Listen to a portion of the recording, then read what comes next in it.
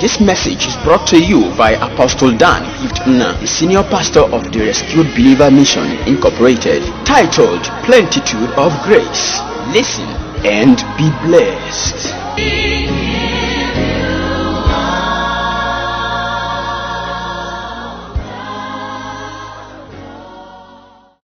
In Jesus' name we pray. Amen. Thank you for answering our prayers.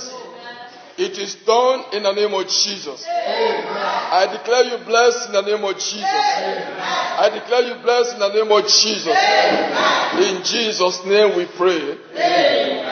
Have your seat. Hallelujah. Amen. Riches is another plenitude of grace that the Lord have released to us, to every believer. Heaven's riches are ours through grace. Heaven's riches belongs to believers. Heaven's riches belongs to you and I. Heaven's riches is your own, is your inheritance through grace. We have made it available to us. So whatever that is obtainable in heaven is also obtainable in your life as a believer of the gospel. Praise God.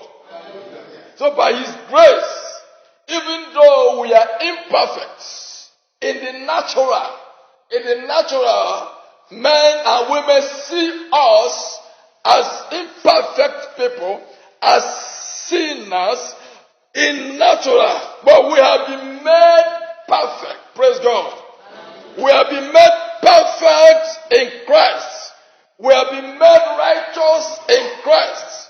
We have been made holy in Christ based on the finished work He ordered in heaven on the cross. Praise God. Based on the finished work on the cross, we are made perfect. So, because we are made perfect, God don't see us as sinners, as imperfect persons, because He has paid the price on the cross.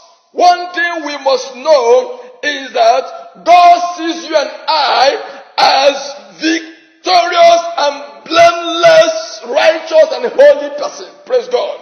And because you are victorious and because you are blameless, you are entitled to riches of the heavens. Because God says, I have given you to you. It belongs to you. I have paid the price of poverty. That is what many people don't know. That God has paid the price of poverty in our life. God is not owing us anything. He has released us everything that makes us to be what we are supposed to be. But our problem is our mind. Our problem is our thinking. Our problem is where we are relating. The Bible says in Isaiah 45 verse 2, verse 3. Follow me to Isaiah 45 verse 3. Hear what the Lord says. I will give you the treasures of darkness. I will give you the treasures of darkness. I will give you the treasures of darkness and the hidden riches of the secret places, that you may know that I, the Lord, who called you by your name. God said, I will give you riches. It is not me. It is not Pastor Dan that said it. It is God that said, I will give you riches. So what is your mind telling you? Is your mind telling you are poor? Is your mind telling you were sick? The Lord said, I will give you riches. So it is in God's place. He said, I will give it to you. And indeed, He gave it to us. Praise God. I said, praise God. These riches include financial riches. It includes material riches. It includes spiritual riches, which is the gift of the Holy Ghost. God has given it to us. He has given it to us. He has given it to us. He said we should go and just say, I will give you the hidden treasures and the riches. I will give it to you. And God has fulfilled His promise. God has fulfilled His promise. Anytime I look at Christians who are too poor, I look at people who do not understand the gospel of Christ. They do not understand what God has done on that cross. They do not understand what He did on the cross. They were ignorant of what God came to do in our life. He said in Isaiah 45, I will give you the hidden riches, the hidden treasures, all that is hidden. God Lazarus said, I will give it to you. I will bring them up where they are lying, and I will give it to you. So what do you need to get it? Is your belief in Christ. Amen. Is your belief in Christ. When you believe in Christ, you will understand. On Wednesday I was teaching on our power to rise again, our mentality. And that's why I said, when we come for what impact, you understand. When your heart changes, when your thinking changes, it will affect every other thing.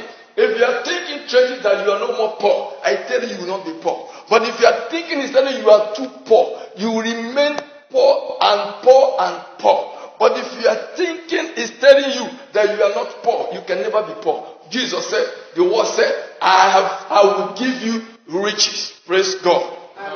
Praise God. That is the word of God. And what is this spiritual riches? Like I said, it is the gift of the Spirit. What is this gift? What are the riches of the spiritual gift? We were talking about the supernatural wisdom.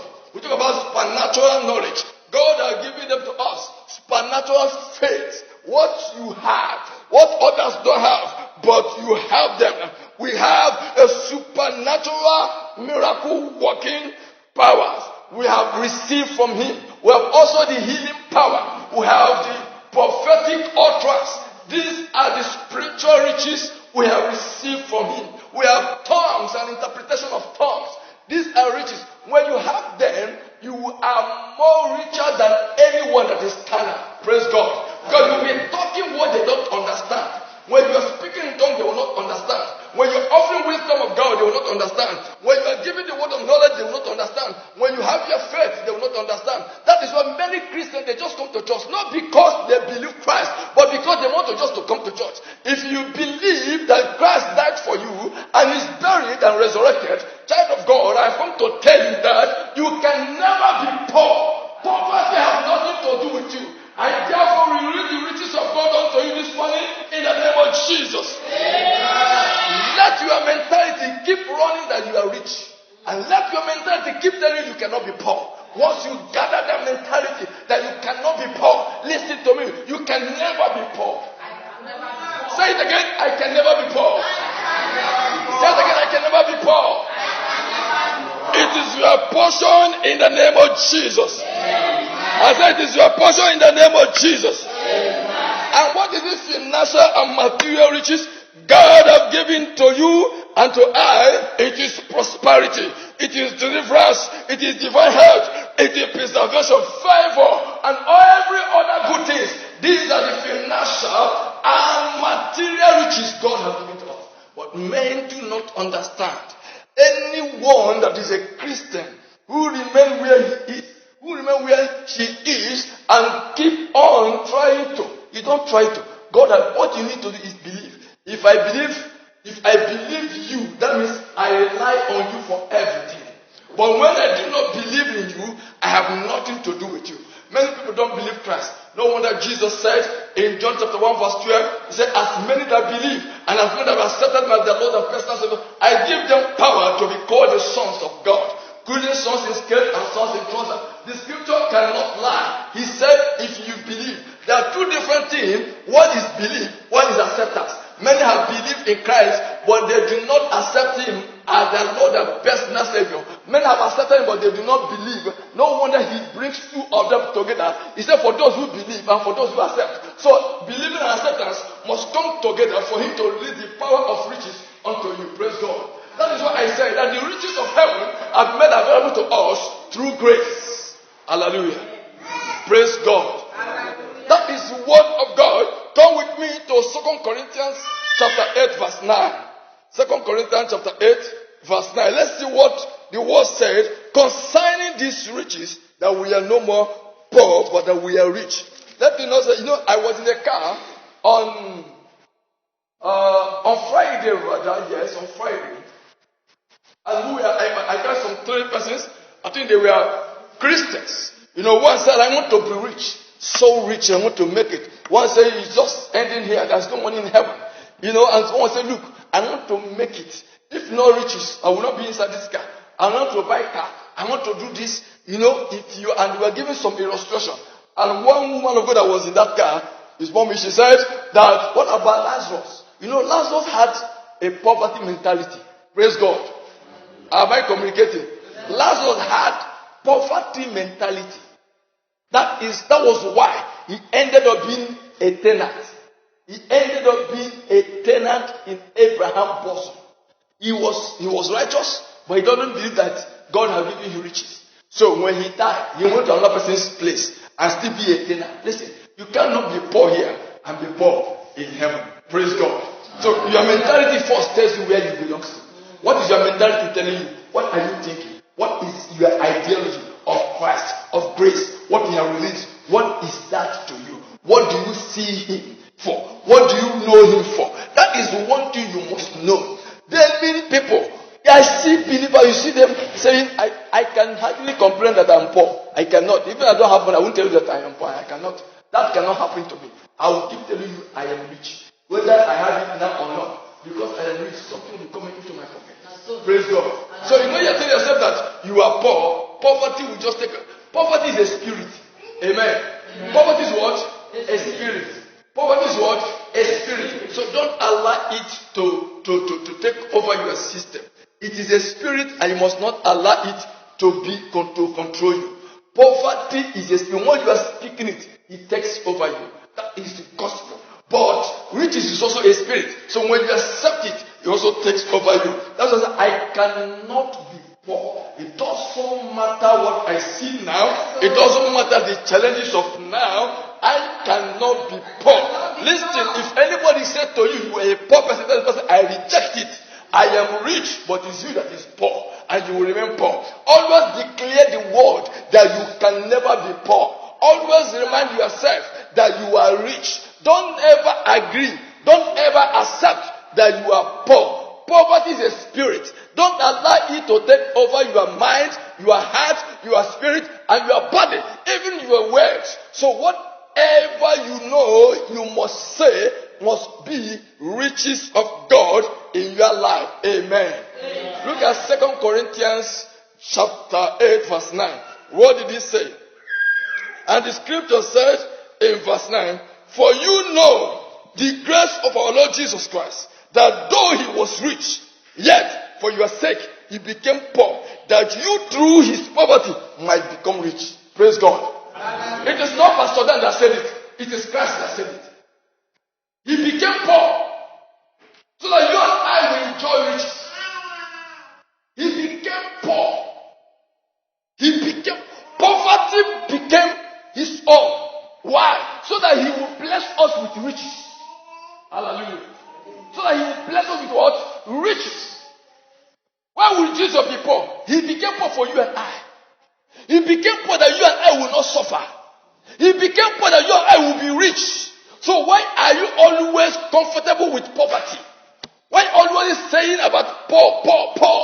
Why not look at what Jesus has done for you and accept it and believe that you are rich? Someone will say, because I don't have money in my pocket, because I don't have hope of money tomorrow, because I'm not sure of getting 1,000 naira the next day, because I'm not sure of getting 10,000 naira the next day, because I'm not sure of getting 50,000 naira the next year. Listen to me. It doesn't matter what your mind says. What matters is what you accept. Amen. If you accept poverty, poverty will become part of you. If you accept poverty, it will become part of you. Praise God. It will be part of you. It will be part of you. Nothing will change it. You will remain there as a poor person. But when you accept that you have paid the price, that you became poor, that you will be rich, then you will automatically be rich. You will not be poor. Many people are so poor, including Christians. They are so poor because they believe that something is worrying them from their father's house.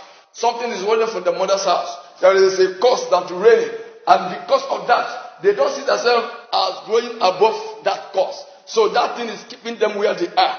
So whatever they do, whatever they struggle, they feel that they must struggle to get it. I don't struggle to get things. No. Let me tell you the truth. I don't struggle to get money. I don't struggle to eat. If I don't have it now, I know it will come tomorrow. Praise God. I don't struggle for anything. I live the life of a rich man. I tell you, I am very rich. Praise God.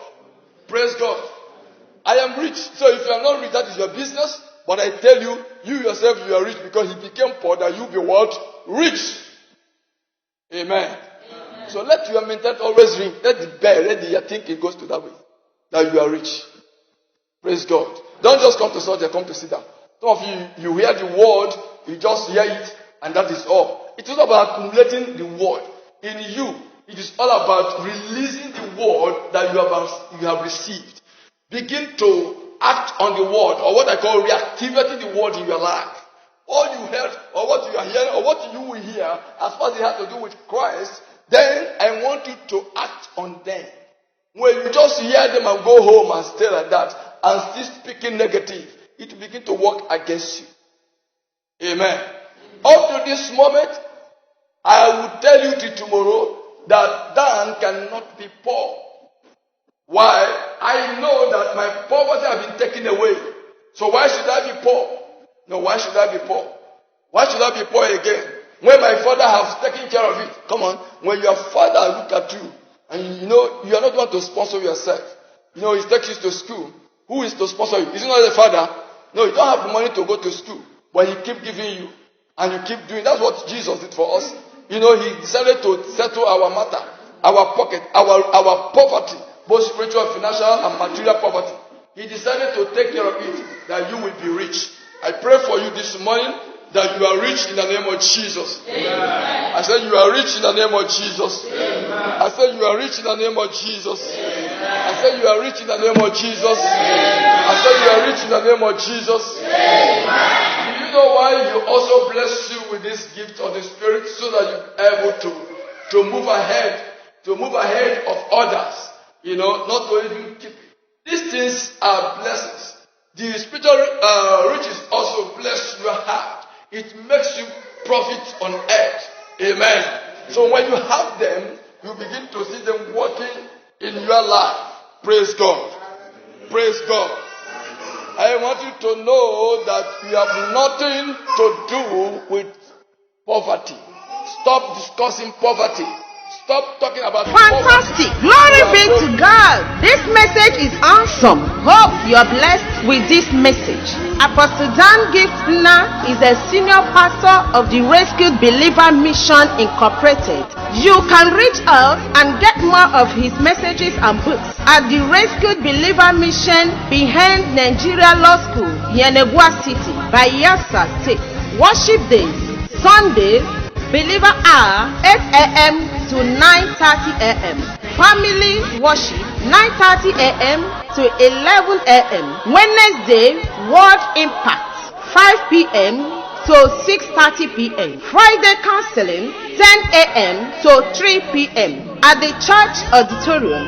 For prayers and counseling, call +234 80 334 29568 or +234 80 86 83 2462. You can also follow us at the following: YouTube, Pastor Dan Gift Nna; Facebook, Dan Nna; email nnadan2020@gmail.com. We celebrate Jesus Christ in us. We in Him. Remain blessed.